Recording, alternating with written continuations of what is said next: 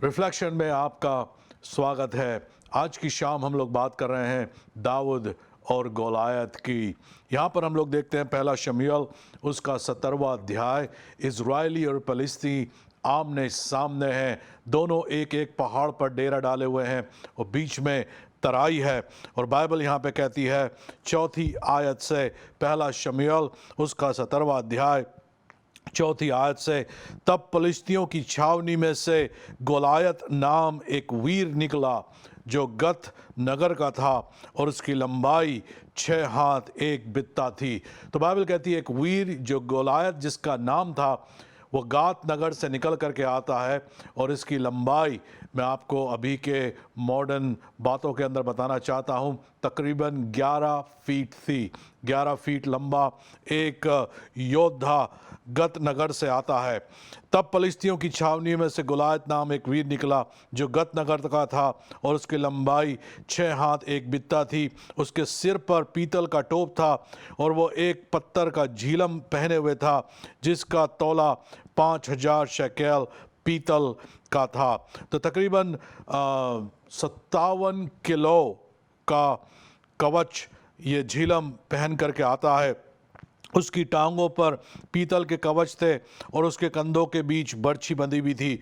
उसके बाले की जड़ जुल्हे की डोंगी के समान थी और उस भाले का फल 600 शेकेल लोहे का था और बड़ी ढाल लिए हुए एक जन उसके आगे आगे चलता था।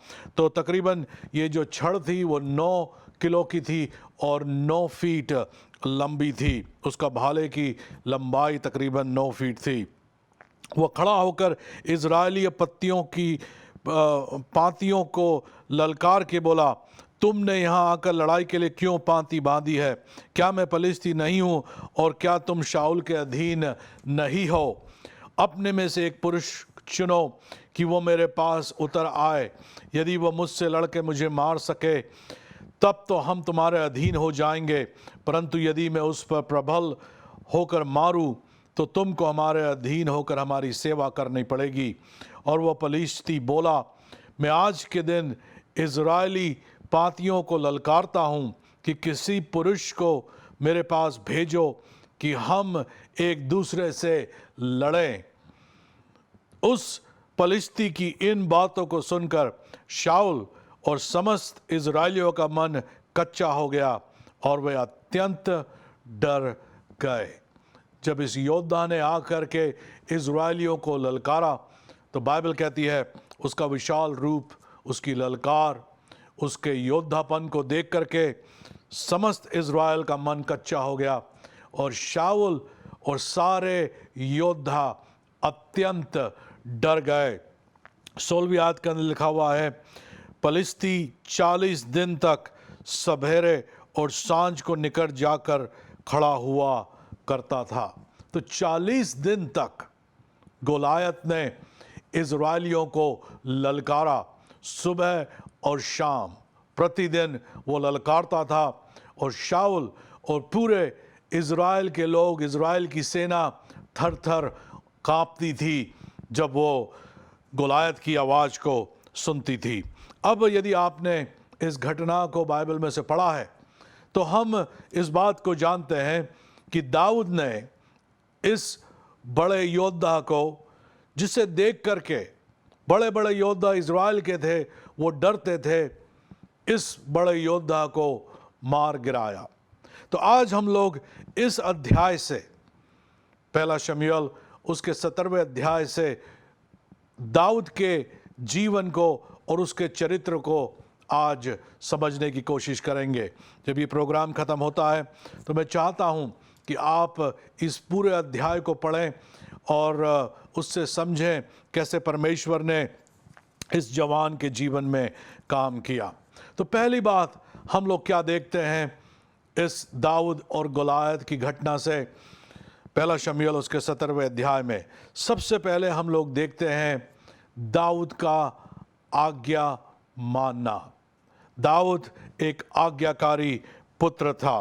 बाइबल इस प्रकार से कहती है 17वें अध्याय के अंदर 17वीं से लेकर के 20वीं आयत तक, और ईशे ने अपने पुत्र दाऊद से कहा, एक एपा भर भुना हुआ अनाज और ये 10 रोटी लेकर छावनियों में अपने भाई के पास दौड़ जा, और पनीर की ये 10 टिक्कियाँ उसके सहपातियों के लिए ले जा, और अपने भाइयों का कुशल देखकर उनकी कोई निशानी ले आना। शाऊल और तेरे भाई और समस्त इज़राइली पुरुष एला नाम तराई में पलिश्तियों से लड़ रहे हैं। अतः दाऊद सवेरे उठा, भेड़ बकरियों किसी रखवाले के हाथ में छोड़ ईशे की आज्ञा के अनुसार उन वस्तुओं को लेकर चला, और जब सेना रणभूमि को जा रही थी और संग्राम के लिए ललकार हो रही थी, उस समय वह गाड़ियों के पड़ाव पर पहुंचा।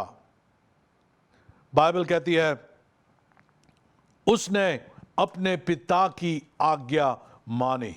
क्या है दाऊद का चरित्र जो हमारे जीवन के अंदर होना चाहिए?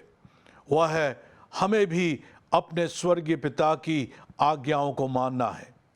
और हो सकता है कई बार हमारे जीवन में इन आज्ञाओं के लिए हमें असुविधा महसूस हो।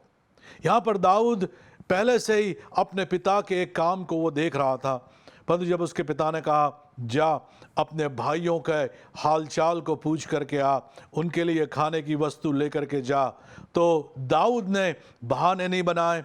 उसने जा कर के अपने पिता के साथ उसने इस बात से चुगली नहीं करी कि हे पिता, ये भाई लोग तो मुझसे प्रेम नहीं रखते, क्योंकि हम लोग देखते हैं कि ये भाई लोग दाऊद को तुच्छ जानते थे, उससे प्रेम नहीं रखते थे। तो उसने जाके कंप्लेन नहीं करी, परंतु उसने अपने पिता की आज्ञाओं को माना, और सुबह उठ करके वो अपने भाइयों का हालचाल पूछने के लिए चला गया। तो आप मसीह जीवन के अंदर कई बार ऐसी जगहों पे आएंगे जब आपको परमेश्वर की आज्ञाओं को मानना पड़ेगा। वहाँ आपके लिए वो चीज़ें अनकंफर्टेबल होगी जो आपको तकलीफ देगी, परंतु फिर भी हमको दाऊद के चरित्र से ये समझना है कि जिस प्रकार से इस परमेश्वर के दास ने अपने पिता की आज्ञा को माना, हमें भी अपने स्वर्गीय पिता की आज्ञाओं को मानना है, और अपने पिता की जो इस संसार के अंदर हमारे माता पिता हैं उनकी आज्ञाओं को भी हमको मानना है। ये बाइबल हमें इस बात के लिए उत्साहित करती है। दूसरी बात, हम लोग इस अध्याय से दाऊद के चरित्र के विषय में क्या सीखते हैं, वह यह है कि दाऊद एक स्टैंड लेने वाला व्यक्ति था। एक ऐसा व्यक्ति जो सत्य के लिए खड़ा होता है, सही बात के लिए खड़ा होता है। और उसके बारे में हम लोग देखते हैं 26वीं आयत के अंदर ऐसा लिखा हुआ है, जब दाऊद ने उन पुरुषों से जो उसके आसपास खड़े थे पूछा, जो इस पलिश्ती को मारकर इज़राइल की नाम धराई दूर करेगा, उसके लिए क्या किया जाएगा? वह खतना रहित पलिश्ती क्या है कि जीवती परमेश्वर की सेना को ललकारे। तो जब 40 दिन सुबह और शाम जब ये गत का योद्धा, पलिश्तियों का योद्धा आकर के इज़राइलियों को ललकारता था और पूरी इज़राइल की सेना और इज़राइल का राजा अत्यंत डर जाता था, तब दाऊद ने इस बात को देखा और दाऊद ने कहा, कौन है ये पलिश्ती, ये खतना रहित पलिश्ती कौन है जो परमेश्वर की सेना को ऐसी ललकारता है और परमेश्वर को तुच्छ जानता है, इज़राइल को तुच्छ जानता है।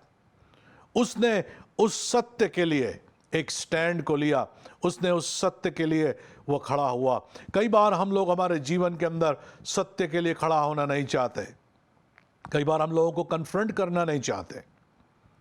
कई बार हम लोग देखते हैं ऐसे लोग जो भ्रष्ट हैं, जो वाकई में परमेश्वर के लोगों के लिए ठोकर का कारण है, और कई बार वो कलीसियाओं के अंदर अगुवे बन जाते हैं, और हम लोग उसके लिए वो जो काम करते हैं उनके विरोध में कभी स्टैंड नहीं लेते। हम लोग कहते हैं अरे क्या करना, हमें जाने दो, इन सब बातों से हमें दूर होना है, मैं क्यों इस बात की लड़ाई को लड़ूं, मैं क्यों खड़ा हूं, सभी इस बात को कर रहे हैं, सबको मालूम है कि ये व्यक्ति ऐसा कर रहा है, ये बात गलत हो रही है चर्च के अंदर, मैं क्यों कुछ बोलूं, मैं क्यों तकलीफ दूं, मैं क्यों प्रॉब्लम करूं, मैं क्यों झगड़ा करूं, फिर मैं ही आखिरी में बुरा बन जाऊंगा। इस प्रकार की बातें हम लोग सुनते हैं, कई बार हम लोग देखते, कई बार हम लोग खुद भी इसी जगहों पे आ जाते हैं जहाँ पे हम लोग स्टैंड नहीं लेते। परंतु हमें देखना है, हमें समझना है, सही बातों के लिए हमको खड़े होना है, परमेश्वर की बातों के लिए हमें खड़ा होना है। पूरा इज़राइल डरा हुआ था, एक व्यक्ति आके ललकारता था। इन हजारों की सेना में इजरायली योद्धाओं के अंदर से एक भी आगे नहीं आया। उसने कहा मैं लड़ूंगा गोलियत से। ये भले ही 11-12 फीट का एक योद्धा हो, शाऊल भी जो है 6.5 फीट का, 6.5-7 फीट लंबा एक योद्धा था। वो भी कोई छोटा योद्धा नहीं था, सबसे लंबा व्यक्ति इजराइल के अंदर शाऊल था। परंतु शाऊल भी डरता था और वो तो अपने तंबू से भी बाहर नहीं निकल करके आ रहा था। और उन समयों में दाऊद ने स्टैंड लिया, वो खड़ा हुआ, उसने कहा मैं सत्य के लिए खड़ा हूंगा। कौन है ये पलिश्ती जो परमेश्वर का मजाक उड़ा रहा है, इजराइल की सेनाओं का मजाक उड़ा रहा है? ऐसा ही चरित्र हमको भी अपने जीवन के अंदर रखना है। जब हम गलत चीज़ों को देखते हैं तो हमें अपना मुंह खोलना है, हमें स्टैंड को लेना है, हमें कहना है ये बात गलत है, ये बात सही नहीं है। कलीसियाओं के अंदर, संसार के अंदर, इस जगहों में जब हम लोग रहते हैं, यदि हम अन्याय को देखते हैं, गलत बातों को देखते हैं, तो हमें उसके विरोध में स्टैंड लेना है, कहना है नहीं ये गलत है। हम शरीर के अनुसार लड़ते नहीं हैं, परंतु फिर भी हम लोग इस संसार में सत्य के लिए खड़े होते हैं, परमेश्वर के लिए खड़े होते हैं, सही बातों के लिए, अन्याय के विरोध में हम खड़े होते हैं। तो इस्राएलियों जब डर रहे थे तब दाऊद ने एक स्टैंड लिया। उसने कहा कौन है ये पलिश्ती जो परमेश्वर, जीवते परमेश्वर की सेना को ललकारता है।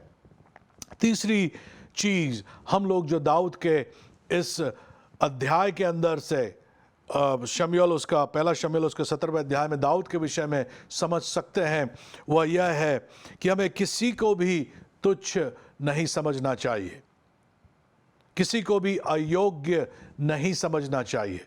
भले ही वो छोटे से छोटा हमारे कलीसिया में क्यों ना हो, हमारी फेलोशिप में, हमारी संगति में क्यों ना हो, यदि वो यीशु मसीह पे विश्वास करता है तो हमें उस व्यक्ति को तुच्छ नहीं समझना चाहिए। दाऊद को 3 बार लोगों ने तुच्छ समझा इस अध्याय के अंदर। पहली बार पाया जाता है, पहला शमूएल उसका 17वां अध्याय 28 से हम लोग पढ़ेंगे। जब दाऊद उस मनुष्य से बातें कर रहा था तब उसका बड़ा भाई एलियाब सुन रहा था, और एलियाब दाऊद से बहुत क्रोधित होकर कहने लगा, तू यहाँ क्यों आया है, और जंगल में उन थोड़ी सी भेड़ बकरियों को तूने किसके पास छोड़ा है? तेरा अभिमान और तेरे मन की बुराई मुझे मालूम है, तू लड़ाई देखने के लिए यहाँ आया है। दाऊद ने कहा, अब मैंने क्या किया है, वह तो निरी बात थी। तो यहाँ पर दाऊद का बड़ा भाई स्वयं अपने छोटे भाई को तुच्छ जानता है। कहता तू यहाँ क्यों आया, तू लड़ाई देखने के लिए आया, तू अभिमानी है, मैं तेरे मन को जानता हूँ। वहाँ पे तो कोई लड़ाई चल ही नहीं रही थी। 40 दिन तक ये व्यक्ति सुबह शाम आकर के योद्धा ललकारता था और ये भाग जाते थे। इजरायली लोग डर के मारे पांति जरूर बनाते थे लड़ने के लिए, परंतु जैसे ही वो गोलियत आता था इजराइल थर थर काँप करके भागता था। यहाँ पे तो कोई लड़ाई नहीं चल रही थी, परंतु यहाँ पर जब दाऊद ने स्टैंड लिया तो एलियाब जो उसका बड़ा भाई था वो आके दाऊद से कहता है, मैं तेरे अभिमान को जानता हूं, तू यहाँ पे लड़ाई देखने के लिए आया है।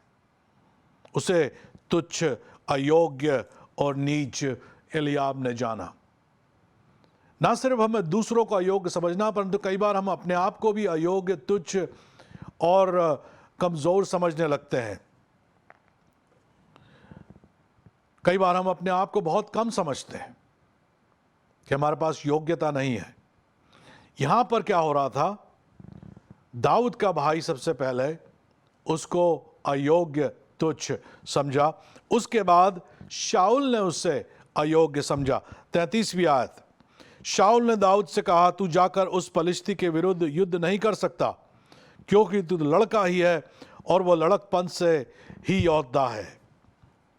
तो शाऊल ने भी दाऊद से कहा, तू इसकी बराबरी नहीं कर पाएगा, तू लड़का है और ये बचपन से ही योद्धा है। तू अपने आप को देख दाऊद, और देख इस योद्धा को, कोई मैचिंग नहीं है, तू इससे नहीं लड़ सकता। तीसरी बात, तीसरी जगह हम लोग देखते हैं जब दाऊद को अयोग्य समझा, वो था स्वयं पलिश्ती गोलियत ने दाऊद को तुच्छ अयोग्य समझा।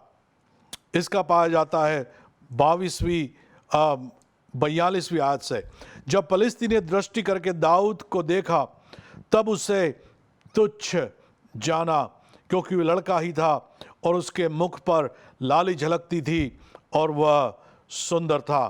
तब पलिश्ती ने दाऊद से कहा, क्या मैं कुत्ता हूं कि तू लाठी लेकर मेरे पास आता है?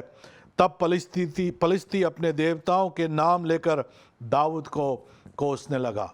तो हम लोग देखते हैं उसके भाई ने उसे तुच्छ जाना, शाऊल ने उसे अयोग्य जाना, और पलिश्ती गोलियत ने उसे तुच्छ जाना और अपने देवताओं का नाम लेकर के उसे कोसा। कई बार हम लोग दूसरे को तुच्छ अयोग्य समझते हैं, कई बार हम अपने आप को ही तुच्छ और अयोग्य समझते हैं। परंतु हम कौन हैं? हम वही हैं जो परमेश्वर ने हमें बनाया है। हम कौन हैं? हम वह हैं जो यीशु मसीह ने हमें बनाया है। हम परमेश्वर की संतान हैं।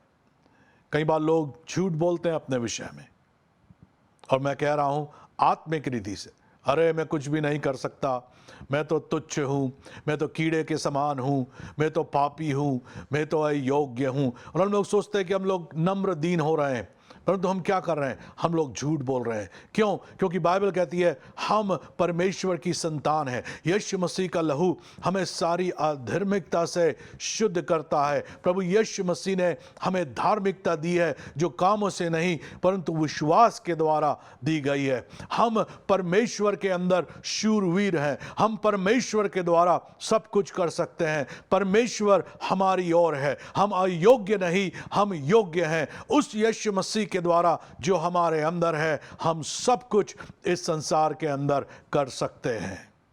तो हम योग्य हैं। कोई भी व्यक्ति यदि आपसे कहे आप अयोग्य और आपको तुच्छ समझे, तो वो आपके हियाव को वो हिलाने ना पाए, क्योंकि इस बाइबल के अंदर लिखा हुआ है आप योग्य हैं, आप परमेश्वर की संतान हैं। परमेश्वर आपसे प्रेम करता है, परमेश्वर आपकी प्रार्थनाओं को सुनता है। जब आप प्रार्थना करते हैं उसकी ओर से उत्तर हाँ और आमीन है। परमेश्वर के दूत आपकी ओर हैं, आप सामर्थी हैं, आप अभिषिक्त हैं। इन बातों के ऊपर ध्यान दें। हो सकता है आपके परिवार वाले ही आपको तुच्छ समझते हों, जिस प्रकार से दाऊद के बड़े भाई ने उसे तुच्छ समझा। हो सकता है जो लोग जिनके बीच में आप काम करते हैं, आपके अधिकारी आपको तुच्छ समझते हो, या आपके बैरी, आपके शत्रु आपको तुच्छ समझते हो। कोई मतलब नहीं पड़ता, कोई फर्क नहीं पड़ता। परमेश्वर जैसा आपको समझता है, जैसा परमेश्वर आपको जानता है, आपको भी वैसा ही जानना है। तो 3 बार दाऊद को अयोग्य और तुच्छ समझा गया, परंतु दाऊद उसके द्वारा बिल्कुल भी नहीं हिला। वो स्थिर रहा, वो परमेश्वर के अंदर दृढ़ रहा, उसका विश्वास उसके परमेश्वर के ऊपर था। चौथी बात हम लोग देखते हैं यहां पर, आत्मविश्वास चरणों में निर्मित होता है। कॉन्फिडेंस स्टेजेस के अंदर बिल्ड होता है। पहला शमूएल उसका 17वां अध्याय 34 से लेकर के 37 तक हम लोग देखेंगे। यहां पर दाऊद कहता है, दाऊद ने शाऊल से कहा, तेरा दास अपने पिता की भेड़ बकरियां चराता था, और जब कोई सिंह या भालू झुंड में से मेमना उठा ले जाता, तब मैं उसका पीछा करके उसे मारता और मेमने के उसके मुंह से छुड़ा लेता, और जब वह मुझ पर हमला करता तब मैं उसके केश को पकड़कर उसे मार डालता था। तेरे दास ने सिंह और भालू दोनों को मारा है और वो खतना रहित पलिश्ती उसके सामान हो जाएगा, क्योंकि उसने जीवते परमेश्वर की सेना को ललकारा है। फिर दाऊद ने कहा, यहोवा जिसने मुझे सिंह और भालू दोनों के पंजे से बचाया है, वह मुझे उस पलिश्ती के हाथ से भी बचाएगा। शाऊल ने दाऊद से कहा, जा, यहोवा तेरे संग रहे। तो यहाँ पर दाऊद ने शाऊल को समझाया कि कैसे उसने भालू और सिंह को दोनों को उसने मारा और अपने मेमने को उनके मुंह से छुड़ाया। और जब इन दोनों जानवरों ने दाऊद के ऊपर हमला करा तो उसने उनके बाल पकड़ करके दोनों को नाश कर दिया। यहाँ पे क्या हमें दर्शाता है कि जहाँ पर भी दाऊद था वहाँ पर परमेश्वर उसके जीवन में काम कर रहा था। एक योद्धा का निर्माण परमेश्वर उसके अंदर कर रहा था। तो आत्मविश्वास चरणों में निर्मित होता है। हम एक ही दिन के अंदर ऐसे स्थिति पे नहीं पहुंच जाते हैं जहां पर हम हजारों लोगों को अपने जीवन के द्वारा स्पष्ट कर रहे हैं। जहां पे भी आप हैं वहां पे लोगों को स्पष्ट करना शुरू करें। परिवार के अंदर जहां भी आप काम करते हैं वहां यीशु मसीह की गवाही दें, दुष्ट आत्माओं को निकालें, बीमारों के लिए प्रार्थना करें, परमेश्वर की सेवा वहां पे करें, वहां पे शैतान को हराएं। और आप देखते जाएंगे कैसे आपका आत्मविश्वास प्रतिदिन बढ़ता चला जाएगा। परंतु यदि आप हार मान जाते हैं, सोचो किसी बात को, यदि दाऊद जब वो भेड़ों को चरा रहा था और एक भालू आकर उसके मेमने को ले गया, तो दाऊद ये भी कह सकता था, अरे मेरे पास दूसरी भेड़ें हैं, चलो जो हुआ सो हुआ, चलो एक ले गया कोई बात नहीं। नहीं, वो उसके पीछे गया, उसने लड़ाई को लड़ा, उसने उसको निकाला, अपने मेमने को उस भालू के मुंह से उसने निकाल दिया। तो ऐसे वैसे ही शेर के मुंह से उसने मेमने को निकाला। तो इन बातों से उसका आत्मविश्वास बढ़ता चला गया। पांचवी बात, कई बार ऐसा होता है कि परमेश्वर हमको ऐसी स्थितियों में रखता है, ऐसी जगहों पर रखता है जहां लोग हमें नहीं पहचानते। और यहां पर दाऊद के साथ भी वही हुआ था। परंतु हमें लोगों की पहचान नहीं, परमेश्वर के अनुग्रह और परमेश्वर की फेवर को समझना है। पहला शमूएल उसका 17वां अध्याय 55 से 58 तक हम लोग देखेंगे। यहाँ पे लिखा हुआ है, जब शाऊल ने दाऊद को उस पलिश्ती के सामने करने के लिए जाते देखा, तब उसके सेनापति अबनेर से पूछा, हे अबनेर, वो जवान किसका पुत्र है? अबनेर ने कहा, हे राजा, तेरे जीवन की शपथ मैं नहीं जानता। राजा ने कहा, तू पूछ ले कि वो जवान किसका पुत्र है। जब दाऊद पलिश्ती को मार कर लौटा, तब अबनेर ने उस पलिश्तियों का सिर हाथ में लिए हुए शाऊल के सामने पहुंचाया। शाऊल ने उससे पूछा, हे जवान, तू किसका पुत्र है? दाऊद ने कहा, मैं तो तेरे दास बैतलहम वासी ईशे का पुत्र हूँ।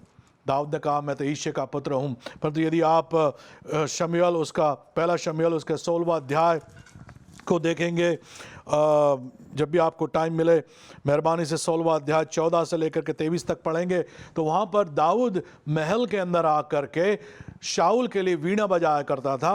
और शाऊल को मालूम था कि ये ईशे का पुत्र है।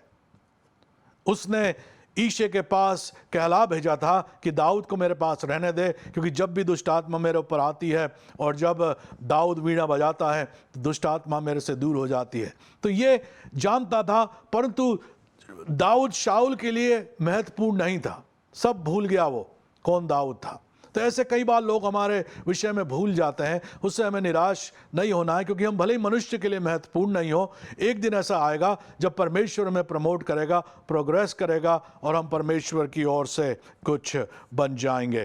पहला शमूएल उसका 17वां अध्याय उसकी 26वीं आयत में हम लोग इस बात को देखते हैं। छठी बात, दाऊद ने परमेश्वर के साथ वाचा को समझा। 26वीं आयत में वो इस प्रकार से कहता है, यह खतना रहित पलिश्ती क्या है कि जीवती परमेश्वर की सेना को ललकारे। और बार बार दाऊद ने इस बात को कहा, यह खतना रहित पलिश्ती कौन है? अर्थात यह व्यक्ति जिसका परमेश्वर के साथ कोई वाचा नहीं है, यह व्यक्ति कौन है?